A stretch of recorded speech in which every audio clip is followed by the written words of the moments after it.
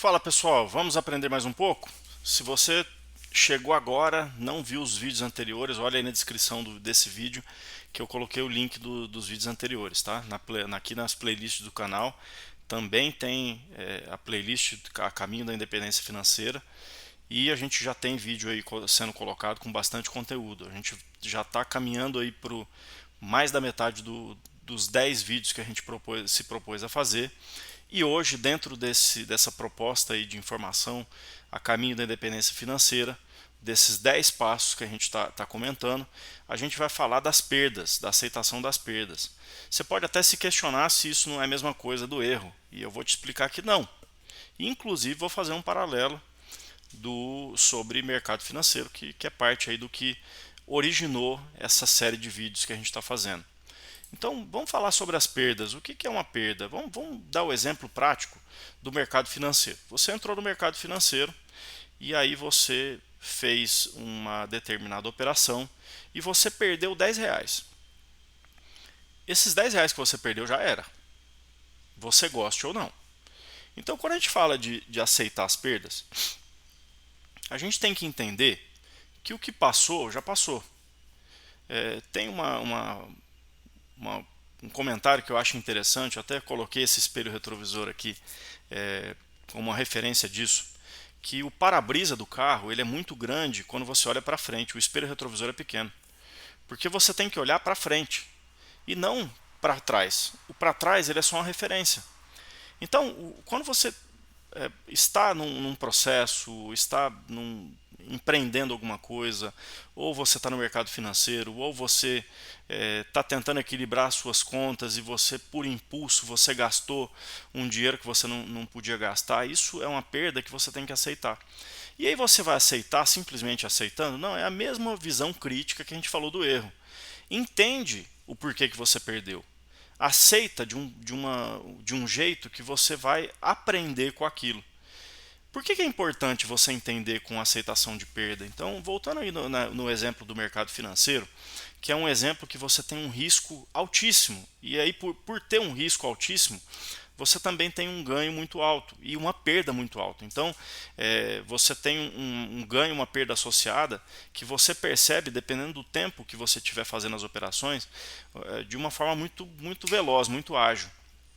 E aí, quando você tenta recuperar aquilo que você perdeu, você gasta uma energia que poderia ser utilizada para você olhar para frente, andar para frente e fazer coisas positivas. Às vezes a gente faz isso sem perceber, a gente não se dá conta, a gente é orgulhoso, teimoso, você quer a todo custo que aquilo que você perdeu não seja uma perda. A gente é tão ensinado a não errar, a gente é tão ensinado que todo mundo que é bem sucedido só acerta, que a gente não se permite errar, a gente não se permite perder. A perda e o erro, eles são correlacionados, eles estão muito juntos. Então, quando você perde alguma coisa, você perde uma partida de futebol, você perde determinada partida de esporte que você está participando, você tem que entender que aquela perda ela já passou, ela está no passado. Então, a gente entender passado, presente e futuro. Tem um vídeo que eu acho bem interessante. Acho que, se eu não me engano, eu já comentei sobre ele aqui no canal algumas outras vezes. Naquele filme Kung Fu Panda, o panda está conversando com o mestre, aquela tartaruga, acho que é mestre Ogway, abaixo do pessegueiro sagrado.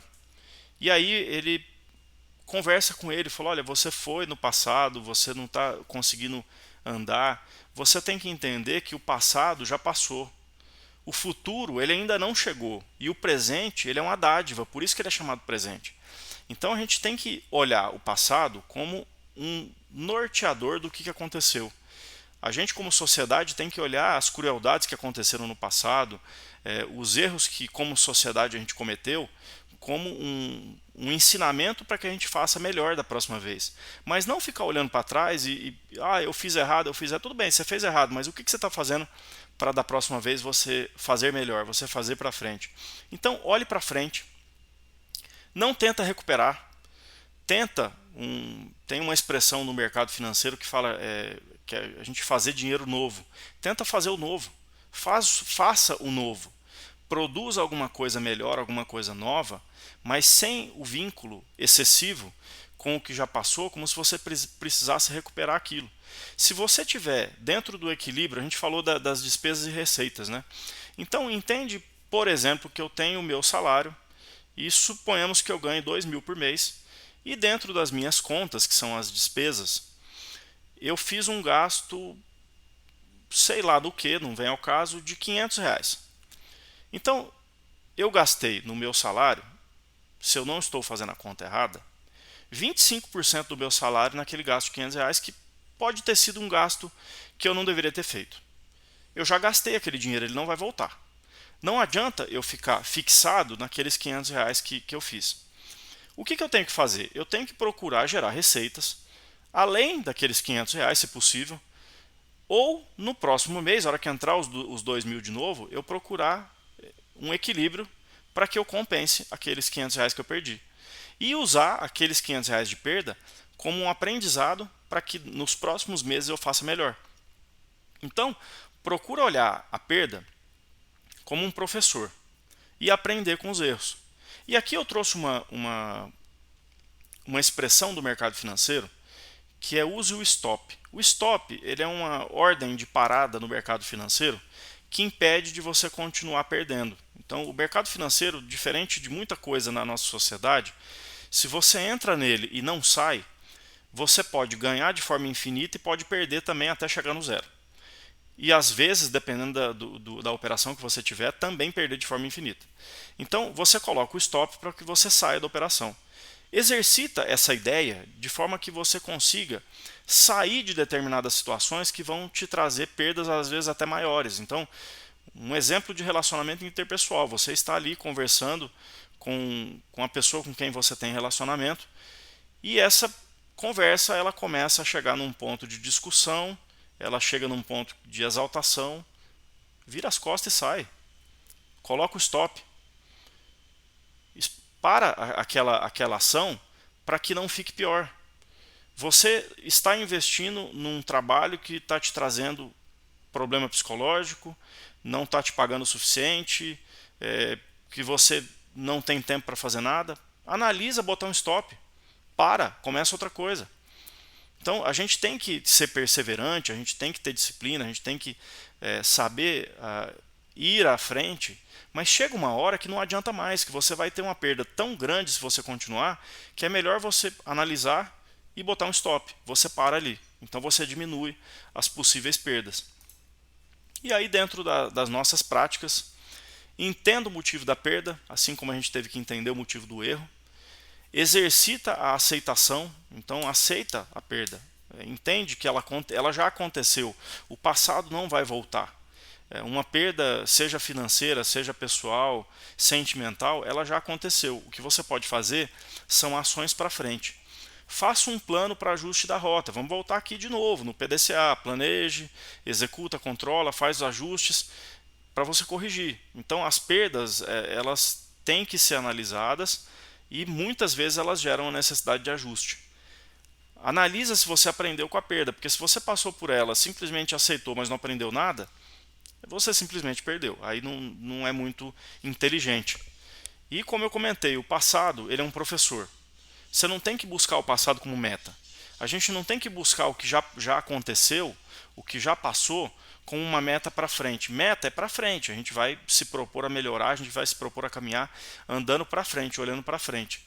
E fazendo isso, a cada dia que você fizer uma coisinha a mais, uma pequena melhoria, exercício, se você fizer um apoio, depois 2 apoios, cada tijolinho que você vai colocando, você vai ver ao longo do tempo a coisa crescendo, similar à nossa planilha que eu comentei no vídeo passado, de crescimento aí do juro composto. Ao longo do tempo você acha que não significa nada, a hora que você vê, você tem um crescimento exponencial. Tá bom, pessoal? Então, mais uma vez, vou reforçar o que eu tenho reforçado nos vídeos. Muita gente que assiste os vídeos não é inscrito no canal. inscreve, marca o sininho de notificação. Se você tem dúvida, se você tem crítica, se você tem observação, sinta-se à vontade para escrever aí nos comentários. Vão ser muito bem recebidas. O que for crítica, o que eu estiver falando de errado, eu não tenho receio nenhum de retratar, de fazer um ajuste, e a gente vai seguindo. O objetivo desses vídeos é que eu compartilhe com vocês parte do crescimento que eu tive. Eu senti uma necessidade, uma vontade de compartilhar esse conhecimento com vocês e que vocês possam crescer também e a gente formar uma comunidade aí de pessoas pensando, fazendo reflexão e melhorando o financeiro, porque lembra do seguinte: se você melhora o seu financeiro, se você melhora o seu humor, a sua estrutura, se você busca o equilíbrio, a gente está falando aqui de educação financeira, então se você melhora o seu financeiro, você vai melhorar para você vai melhorar para a sua família, para os seus amigos, as pessoas que estão em volta e principalmente a comunidade que você fica. Porque se você compra uma comida no mercado, se você compra um presente, você gasta o seu dinheiro no mercado local, o dinheiro gira. E é assim que o capitalismo funciona. É uma troca de dinheiros entre as pessoas, uma troca de recursos que vai permitir que as empresas locais cresçam, que você cresça. Então todo mundo ganha com isso. É interessante que a gente saiba sobre educação financeira, porque ela é a base para que a gente possa buscar uma felicidade um pouco maior, um momento de lazer, um momento que eu dou um presente para um filho, para uma pessoa que eu gosto.